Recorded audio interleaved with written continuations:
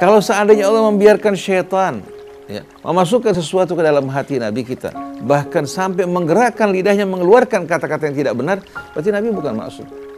Nabi bukan orang yang terjaga, terpelihara. Berarti Al-Quran yang dibacakan untuk kita, yang ada pada saat ini, tidak sepenuhnya dari Allah, tapi sebagian bisa dari mana? Dari syaitan. Ini semua merupakan kebohongan, apalagi sanad dari riwayat tersebut merupakan sanad yang lemah dan maudhu. Oleh karena itu, riwayat Al-Gharaniq yang menggambarkan Nabi tanpa disadari secara refleks keluar dari mulutnya disebabkan pengaruh syaitan, mengucapkan bahwa mereka dewa-dewa yang utama, syafaat mereka amat diharapkan. Ini merupakan riwayat palsu yang tidak benar.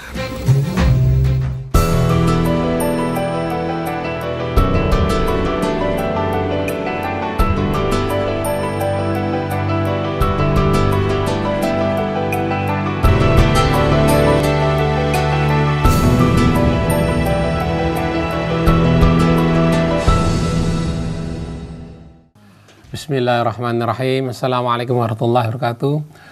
Allahumma sholli ala sayyidina Muhammad wa ala ali sayyidina Muhammad. Alhamdulillah kita berjumpa lagi renungan di bawah naungan Al-Quran bersama Ustadz Hussein Alatas. Baik, untuk hari ini kami ingin membahas pertanyaan dari seorang hamba Allah yang menanyakan surat Al-Hajj ayat 51 sampai dengan 52. Saya akan bacakan terjemahannya. Ayat 52, dan kami tidak mengutus seorang rasul dan tidak pula seorang nabi sebelum engkau Muhammad, melainkan apabila dia mempunyai suatu keinginan, setan pun memasukkan godaan-godaan ke dalam keinginannya itu. Tetapi Allah menghilangkan apa yang dimasukkan setan itu, dan Allah akan menguatkan ayat-ayatnya, dan Allah maha mengetahui, maha bijaksana. 53-nya, dia Allah ingin menjadikan godaan yang ditimbulkan setan itu sebagai cobaan bagi orang-orang yang dalam hatinya ada penyakit dan orang-orang berhati keras, dan orang-orang yang zalim itu benar-benar dalam permusuhan yang jauh. Ini seolah-olah artinya bahwa ada bisikan-bisikan lain di luar wahyu kepada Nabi Muhammad. Mohon penjelasan Ustaz. A'udzubillahi minasyaitonirrajim. Bismillahirrahmanirrahim. Alhamdulillahi Rabbil Alamin. Allahumma salli ala Muhammadin wa ali Muhammad. Rabbana atina min ladunka rahmah wa hayyi' lana min amrina rasyada. Allahumma inna na'udhu bika an nadhilla aw nudhal aw nazilla aw nuzal aw nadhlima aw nudhlama aw najhala aw yujhala alaina. Rabbana la tuzigh qulubana ba'da idh hadaitana wa hab lana min ladunka rahmatan innaka antal wahhab. Rabbana zidna ilman wa alhiqna bis salihin, amma ba'du. Ikhwan, akhwat, pendengar dan pemirsa radio Silaturahim yang dirahmati Allah Subhanahu wa taala. Alhamdulillah, pagi hari ini kita dapat kembali melanjutkan renungan kita di bawah naungan Al-Quran. Kajian kita pada pagi hari ini untuk menjawab syubhat yang ditimbulkan dan ditiupkan oleh kalangan orang-orang di luar Islam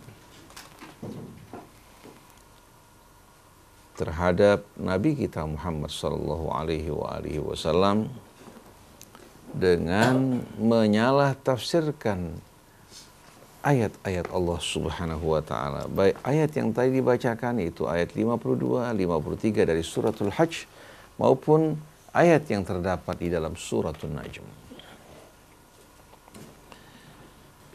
Sebelum kita memulai kajian ini, marilah bersama-sama kita membaca Ummul Quran terlebih dahulu. A'udzu billahi minasy syaithanir rajim. Bismillahirrahmanirrahim. Alhamdulillahi rabbil alamin. Ar-Rahmanir Rahim. Maliki yaumiddin. Iyyaka na'budu wa iyyaka nasta'in. Ihdinas siratal mustaqim. Siratal ladzina an'amta 'alaihim ghairil maghdubi 'alaihim waladdallin. وَمَا أَرْسَلْنَا مِن قَبْلِكَ مِن رَّسُولٍ وَلَا نَبِيٍّ إِلَّا إِذَا تَمَنَّى أَلْقَى الشَّيْطَانُ فِي أُمْنِيَّتِهِ فَيَنسَخُ اللَّهُ مَا يُلْقِي الشَّيْطَانُ ثُمَّ يُحْكِمُ اللَّهُ آيَاتِهِ وَاللَّهُ عَلِيمٌ حَكِيمٌ لِيَجْعَلَ مَا يُلْقِي الشَّيْطَانُ فِتْنَةً لِلَّذِينَ فِي قُلُوبِهِم مَّرَضٌ وَالْقَاسِيَةِ قُلُوبُهُمْ وَإِنَّ الظَّالِمِينَ لَفِي شِقَاقٍ بَعِيدٍ وَلِيَعْلَمَ الَّذِينَ أُوتُوا الْعِلْمَ أَنَّهُ الْحَقُّ مِنْ رَبِّكَ فَيُؤْمِنُوا بِهِ فَتُخْبِتَ لَهُ قُلُوبُهُمْ وَإِنَّ اللَّهَ لَهَادِ الَّذِينَ آمَنُوا إِلَى صِرَاطٍ مُسْتَقِيمٍ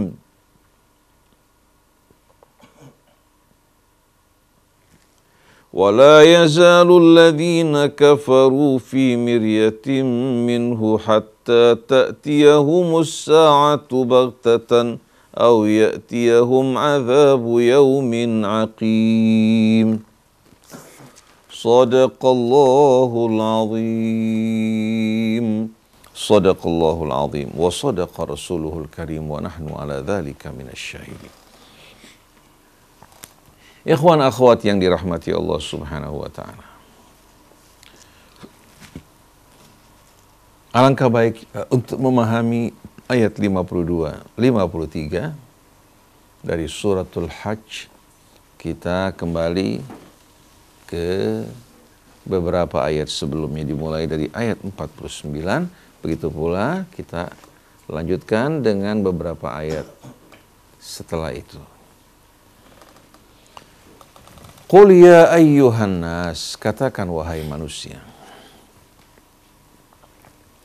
innama ana lakum nadhirum mubin, sesungguhnya aku hanyalah seorang pemberi peringatan yang nyata, yang terang benderang bagi kalian. Falladzina amanu wa amilus salihati lahum maghfiratun wa rizqun karim. Maka orang-orang yang beriman dan mengerjakan amalan-amalan saleh, bagi mereka Allah sediakan rizki yang bagi mereka Allah sediakan ampunan dan rizki yang benar-benar amat mulia.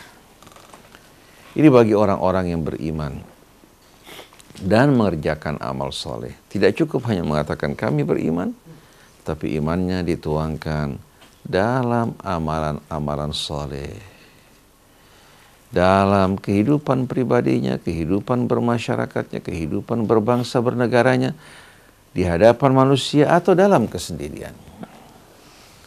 Ini iman yang akan mendapatkan perhatian dari Allah Subhanahu wa taala.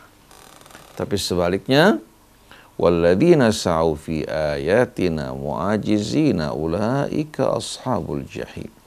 Dan mereka-mereka yang berupaya untuk menentang, membangkang, berupaya untuk melemahkan ayat-ayat kami, sesungguhnya mereka adalah penghuni api neraka jahim. Ayat Allah begitu jelas, tapi mereka berupaya justru untuk menentang, menolak, bahkan sebahagian dari mereka berupaya melakukan penafsiran-penafsiran yang jauh dari maksud yang dimaksudkan oleh Allah Subhanahu wa taala, atau maksud yang begitu jelas dan gamblang sebagaimana yang diterangkan ayat Allah. Nah, orang-orang yang menentang ayat-ayat kami, mereka kelak akan ditempatkan dalam api neraka jahim. Nah, ayat 52, 53 ini yang sering kita jumpai di tengah-tengah sebahagian kaum muslimin yang lugu, yang kurang berfikir, yang tidak berakal.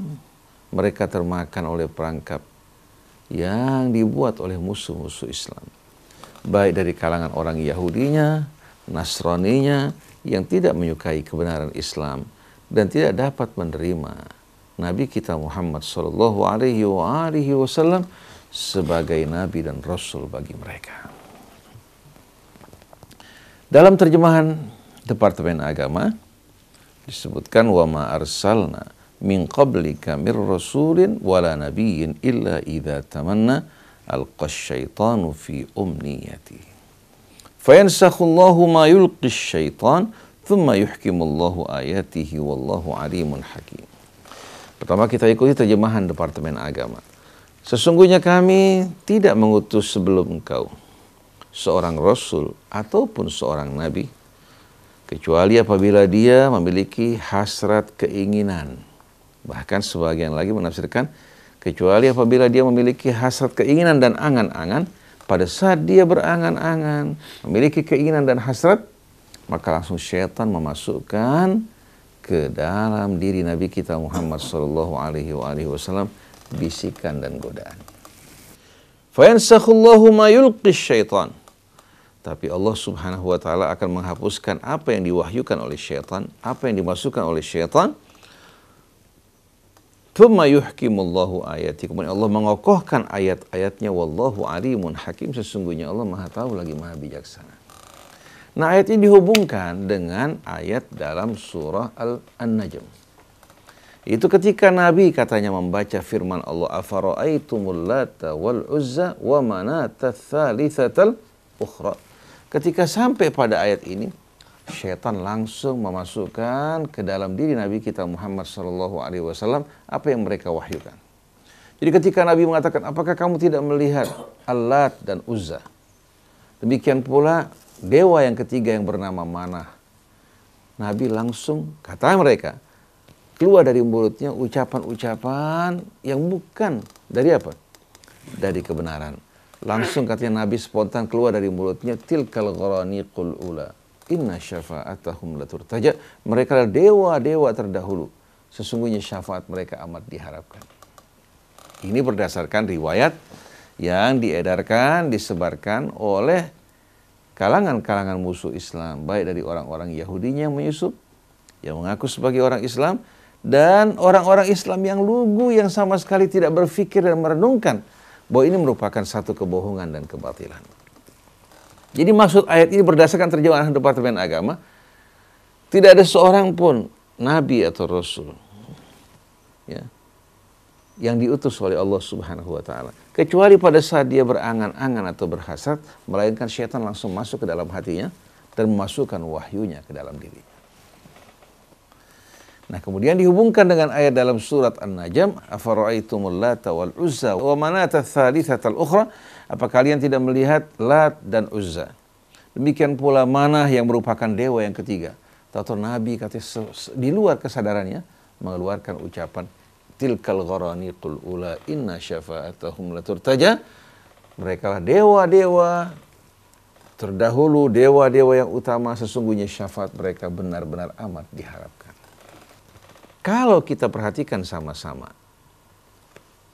apa yang diriwayatkan dalam hal ini, begitu pula terjemahan yang disimpangkan menunjukkan bagaimana musuh-musuh Islam berupaya untuk mengacau balaukan pemahaman kaum muslimin hingga tidak lagi selaras dengan kebenaran dan apa yang diinginkan Allah. Mereka tidak mampu untuk mengubah ayat-ayat Al-Quran, tapi dalam pemahamannya syaitan berupaya untuk masuk ke dalam hati orang-orang munafik untuk menyebarkan pemahaman-pemahaman yang salah dan menyimpang. Kalau kita perhatikan Mas Krisna, jin dulu mampu untuk menguping, mendengar di langit. Tapi begitu Nabi diutus, seluruh pintu langit dijaga dengan ketat. Apabila jin berupaya mendekat, mereka akan diserang oleh panah-panah api yang membakar diri. Allah juga kerahkan malaikatnya untuk menjaga nabinya. Nah, kalau seandainya dalam riwayat disebutkan, apabila Sayyidina Umar berjalan di satu jalan, maka syaitan akan menjauh meninggalkan jalan yang ditempuh oleh Sayyidina Umar. Karena apa? Karena takutnya syaitan pada Sayyidina Umar. Yang heran kok syaitan berani sama Nabi kita Muhammad SAW. Kalau seandainya Allah membiarkan syaitan Ya, memasukkan sesuatu ke dalam hati Nabi kita, bahkan sampai menggerakkan lidahnya mengeluarkan kata-kata yang tidak benar, berarti Nabi bukan maksum. Nabi bukan orang yang terjaga, terpelihara, berarti Al-Quran yang dibacakan untuk kita, yang ada pada saat ini, tidak sepenuhnya dari Allah. Tapi sebagian bisa dari mana? Dari syaitan. Ini semua merupakan kebohongan, apalagi sanad dari riwayat tersebut merupakan sanad yang lemah dan maudhu. Oleh karena itu, riwayat Al-Gharaniq yang menggambarkan Nabi tanpa disadari secara refleks keluar dari mulutnya disebabkan pengaruh syaitan, mengucapkan bahwa mereka dewa-dewa yang utama, syafaat mereka amat diharapkan. Ini merupakan riwayat palsu yang tidak benar. Lalu bagaimana kira-kira maksud dari ayat ini? Tamanna dalam bahasa Arab di samping berarti angan-angan juga mempunyai arti yang lain, itu membaca. Tamanna di samping arti angan-angan dan keinginan, dia juga apa? Berarti membaca. Kemudian ayat ini bukan hanya sekedar menerangkan tentang Rasul, tapi ayat ini menjelaskan sunnah Allah yang berlaku pada setiap Nabi dan Rasul. Sesungguhnya kami tidak mengutus sebelum engkau seorang Rasul ataupun seorang Nabi, kecuali apabila dia sedang membaca ayat-ayat Allah, syaitan berupaya untuk apa? Berupaya untuk memasukkan hal-hal yang tidak benar. Bukan memasukkan wahyunya ke dalam hati Nabi. Jadi pada saat Nabi sedang membaca Al-Quran, syaitan berupaya untuk menyelipkan, menyisipkannya apa-apa yang berasal dari syaitan. Tapi Allah Subhanahu wa ta'ala dengan kuasanya dan menjaga kebenarannya, Allah menghapuskan apa yang diwahyukan oleh syaitan dan mengukuhkan ayat-ayatnya. Jadi Nabi yang keluar dari mulut beliau adalah wahyu Allah. Tapi syaitan berupaya untuk mengacaukan dan menyisipkan apa-apa yang tidak benar. Tapi Allah Subhanahu wa ta'ala tidak izinkan, Allah kokohkan ayat-ayatnya. Kemudian Allah terangkan bahwa apa yang diwahyukan syaitan ini ya, tidak akan masuk ke dalam hati orang yang beriman. Tapi yang diwahyukan oleh syaitan akan menjadi apa? Menjadi fitnah bagi orang-orang yang hati mereka terdapat penyakit. Maka ayat 52, liyaj'ala ma yulqis syaitanu fitnatan lilladzina fi qulubihim maradun wal qasiyati qulubuhum. Allah akan menjadikan apa yang ditiupkan oleh syaitan, yang diwahyukan oleh syaitan sebagai fitnah bagi orang-orang yang dalam hati mereka terdapat penyakit. Wal qasiyati qulubuhum, juga menjadi fitnah buat orang-orang yang hati mereka keras. Wa inna adh-dhalimina lafi shiqaqin ba'id, sesungguhnya orang-orang yang zalim benar-benar berada pada penentangan, pembangkangan yang amat jauh. Jadi kita ulangi lagi. Sesungguhnya kami tidak mengutus sebelum engkau seorang rasul ataupun seorang nabi illa idza tamanna, kecuali pada saat dia membaca ayat-ayat Al-Quran, syaitan berusaha untuk menyisipkan dalam bacaannya. Syaitan berupaya untuk apa? Menyisipkan dalam bacaannya. Fayansakhullahu ma yulqis syaitan, maka Allah hapuskan apa yang diwahyukan oleh syaitan. Thumma yuhkimullahu ayati, kemudian Allah mengokohkan ayat-ayatnya. Wallahu alimun hakim, sesungguhnya Allah Maha tahu lagi Maha bijaksana. Liyaj'ala ma yulqis syaitanu fitnatan lilladzina fi qulubihim maradun wal qasiyati qulubuhum. Allah akan menjadikan apa yang disisipkan oleh syaitan sebagai fitnah bagi orang-orang yang dalam hati mereka terdapat penyakit. Demikian pula orang-orang yang hati mereka keras. Sesungguhnya orang-orang yang zalim berada dalam pembangkangan penentangan yang amat jauh. Jadi Departemen Agama dan lainnya menafsirkan apabila dia berhasrat dan berkeinginan. Padahal di antara makna lain, dan ini makna yang paling tepat, artinya membaca. Maksudnya apa kira-kira Mas Krisna? Pada saat kita membaca Al-Quran, diperintahkan Allah untuk berlindung kepadanya. Wa idza qara'tal Qur'an fasta'idz billah. Kalau kamu baca Al-Quran, berlindunglah kepada Allah. Kita yang mendengarkan Al-Quran, bersama yang membaca juga, sebelumnya kita berlindung kepada Allah Ta'ala dari syaitan yang terkutuk. Kenapa? Karena pada saat kita membaca Al-Quran, Syaitan akan berupaya untuk menyisipkan pemahaman-pemahaman yang menyimpang. Akan menyisipkan pemahaman-pemahaman yang tidak sejalan dengan kitab Allah. Adapun orang yang beriman, begitu dia membaca Al-Quran dan dia berlindung kepada Allah dan hati yang tulus, Allah Subhanahu wa Ta'ala tidak izinkan tadi sisipan-sisipan syaitan dari wasawis, was-was dan pemahaman yang tidak benar masuk ke dalam hati orang yang beriman. Allah tidak izinkan.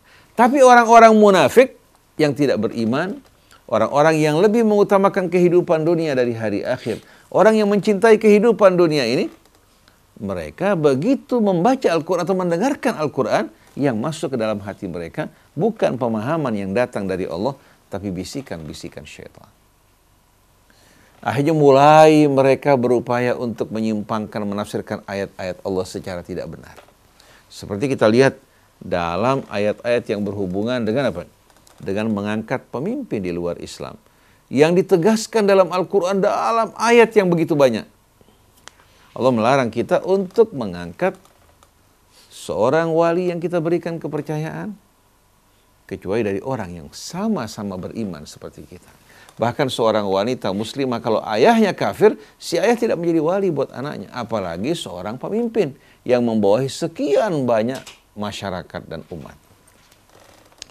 Tapi orang-orang yang di hati mereka ada penyakit, yang punya kecintaan pada dunia, orang-orang yang berjuang semata-mata bukan untuk Allah, tapi untuk sesuatu di hati mereka, begitu Al-Quran dibacakan, yang masuk ke dalam hati mereka dari pemahaman adalah wahyu-wahyu, wasawis-wasawis yang datang dari syaitan.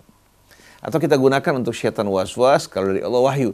Ternyata yang masuk adalah waswas-waswas, bisikan-bisikan yang dikirimkan oleh syaitan. Oleh karena itu, kita membaca Al-Quran di hadapan orang.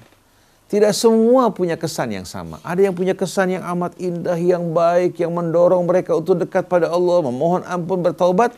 Ada justru apa? Kesan yang muncul di hati orang-orang munafik, meremehkan, menyepelekan, bahkan mereka terkadang berupaya untuk menempatkan ayat-ayat Allah bukan pada tempatnya untuk kesenangan hati mereka. Ini yang berbahaya. Oleh karena itu walaupun Qur'annya sama, bahkan dibacakan oleh Nabi dan Rasul yang sama, tidak semua yang mendengar itu punya apa? Punya sikap yang sama dan kesan yang sama. Yang beriman, yang bertakwa, yang mencintai kebenaran, begitu mendengarkan ayat Allah hati mereka akan menyambut. Tapi orang-orang yang tertutup hatinya oleh keingkaran, yang jiwanya diselimuti oleh kemunafikan dan kesyirikan, begitu mendengar ayat-ayat Allah, mereka hanya bermuka-muka di depan umum, seolah-olah mereka tertarik, padahal hati mereka penuh dengan keingkaran. Jadi kami tidak mengutus sebelum engkau seorang Rasul maupun Nabi, kecuali di saat dia membaca ayat-ayat Allah, syaitan akan berupaya menyisipkan, memasukkan ya, dalam bacaan yang dibaca Nabi ya, yang berasal dari bisikan-bisikan yang tidak benar. Tapi Allah Subhanahu wa Ta'ala mengukuhkan ayat-ayatnya dan menghapuskan apa-apa yang diwahyukan oleh syaitan. Kemudian ayat berikutnya, وَلِيَعْلَمَ الَّذِينَ أُوتُوا الْعِلْمَ أَنَّهُ الْحَقُّ مِنْ رَبِّكَ فَيُؤْمِنُوا بِهِ فَتُخْبِتَ لَهُ قُلُوبُهُمْ. Demikian pula agar orang-orang yang diberikan ilmu pengetahuan menyadari, memahami bahwasannya Al-Quran adalah kebenaran dari sisi Tuhanmu, hingga mereka beriman kepadanya dan hati mereka tunduk kepada Allah Subhanahu wa Ta'ala.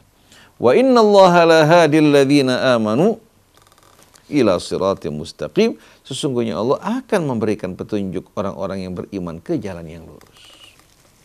Jadi orang-orang yang beriman akan ditunjukkan ke jalan yang lurus. Adapun orang-orang yang sombong dan congkak, mereka orang yang dijauhkan dari rahmat Allah Subhanahu wa Ta'ala. Wala yazalul ladzina kafaru fi miryatin minhu hatta ta'tiyahumus sa'atu baghtatan aw ya'tiyahum adzabun 'adzim. Dan orang-orang kafir senantiasa mereka berada dalam kebimbangan, keraguan terhadap Al-Quran, hingga datangnya hari kiamat pada mereka. Wala yazalul ladzina kafaru fi miryatin minhu hatta ta'tiyahumus sa'atu baghtatan aw ya'tiyahum adzabu yaumin aqim. Dan senantiasa orang-orang kafir akan berada dalam keraguan mengenai Al-Quran. Hingga datang kepada mereka saat-saat kiamat secara mendadak atau datang pada mereka azab di hari yang aqim. Aqim dalam bahasa Arab berarti mandul. Hari yang aqim artinya hari yang sama sekali tidak membawa rahmat, kebaikan. Kelihatan awan di atas tapi bukan awan yang membawa hujan, tapi awan yang membawa azab dan kebinasaan bagi mereka. Jadi kita lihat bagaimana orang-orang di luar Islam berupaya untuk menyelewengkan, menyimpangkan ayat-ayat Allah dari tempatnya. Nah, kalau sampai ada kesan Nabi ketika memiliki hasrat atau angan-angan atau keinginan dan dia membaca ayat Allah, syaitan masuk ke dalam hatinya dan ikut mempengaruhi Nabi pada bacaannya. Bagaimana mungkin dapat dijamin kebenaran kitab suci Al-Quran? Oleh karena itu hadis Al-Gharaniq yang dikatakan bahwa itu keluar dari mulut Nabi kita merupakan kebohongan, merupakan hal yang palsu, hal yang tidak dapat diterima.